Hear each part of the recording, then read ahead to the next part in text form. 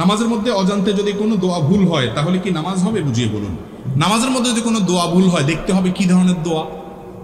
যদি আপনার সাধারণত যে রুকুর তাসবিহ আছে, সিজদার তাসবিহ আছে, দোয়া মাসুরা আছে, এই জাতীয় কোনো দোয়াতে যদি ভুল হয় তাহলে সেক্ষেত্রে ফুকাহে আহনাফ এবং অন্যান্য ফুকাহাদের মত, যেটা আমার কাছে যেটা অধিকতর শক্তিশালী, সেই মত অনুযায়ী এই তাসবিহগুলো বা এই দোয়াগুলো ফরজ ওয়াজিব না, যাকে এগুলোতে ভুল হলেও নামাজ হয়ে যাবে।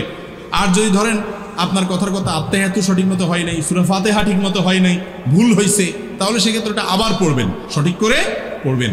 আর যদি বড় ভুল হয়ে যায় ওইভাবে নামাজ শেষ করেন তাহলে ওই নামাজ হবে না, কারণ এটা পড়া কি ফরজ বা ওয়াজিব। বাংলা নাটক দেখলে গুনাহ হবে কিনা, এটা কোনো প্রশ্ন হলো ভাই? বাংলা নাটক দেখলে গুনাহ হবে মানে আপনার সন্দেহ হচ্ছে যে দেখেন কোন লেভেলে গেছে মানুষ, মনে করে হিন্দি ইংরেজি দেখলে না গুনাহ হবে, বাংলা দেখলে কি আর গুনাহ হবে? দেখুন ভাই, হাসার জিনিস না। কোনো আমাদের কাছে অনেক এমন প্রশ্ন আসে যে প্রশ্নগুলো দূর থেকে মানুষ মনে করে এটা কেউ করে, আসলে লোকটা ওটা জানা দরকার, অতটুকু উনি জানেন না, হয়তো হতে পারে। দেখেন, নাটক সিনেমা দেখার সাথে হালাল হারামের সম্পর্ক হলো দৃশ্যের সাথে সম্পর্ক, এটার সাথে ভাষার সম্পর্ক। আরবিতে নাটক দেখলে সওয়াব হবে?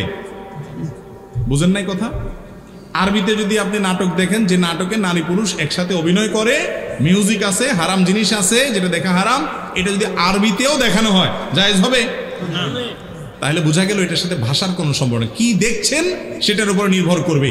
আপনি যদি কোনো অপর্ণার দিকে তাকান তাহলে সেটা দেখা কি, এবং কোনো হারাম দৃশ্য যদি দেখেন, অশ্লীল কোনো দৃশ্য যদি দেখেন, মিউজিক যদি আপনি উপভোগ করেন, তাহলে সেক্ষেত্রে সেটা কি হবে? হারাম হবে। এর বাইরে কোনো কিছু থাকলে আলাদা হবে। আপনি ধরেন ইংরেজিতে হোক, আরবিতে হোক, বাংলায় হোক, যেটাই হোক, যেটা বাইরে দেখা যায় সেটা টেলিভিশনে দেখাও।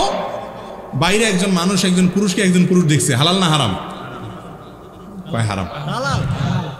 ঘুম বেশি আসছে ভাই। টেলিভিশনে একজন পুরুষ একজন পুরুষকে, টেলিভিশনের বাইরে একজন পুরুষ একজন পুরুষকে দেখছে, আমি ওনাকে দেখছি, এটা জায়েজ না না জায়েজ? তো ওনাকে যদি আমি টিভিতে দেখি সেটাও কি আপনি বাইরে যেটা দেখা যায় টিভিতেও সেটা, বাইরে যেটা দেখা না যায় টিভিতেও সেটা দেখা না যায়। বাহিরে একজন পুরুষ একজন নারী যার মাহরাম না তাকে দেখা জায়েজ আছে? তাহলে টিভিতে দেখাও।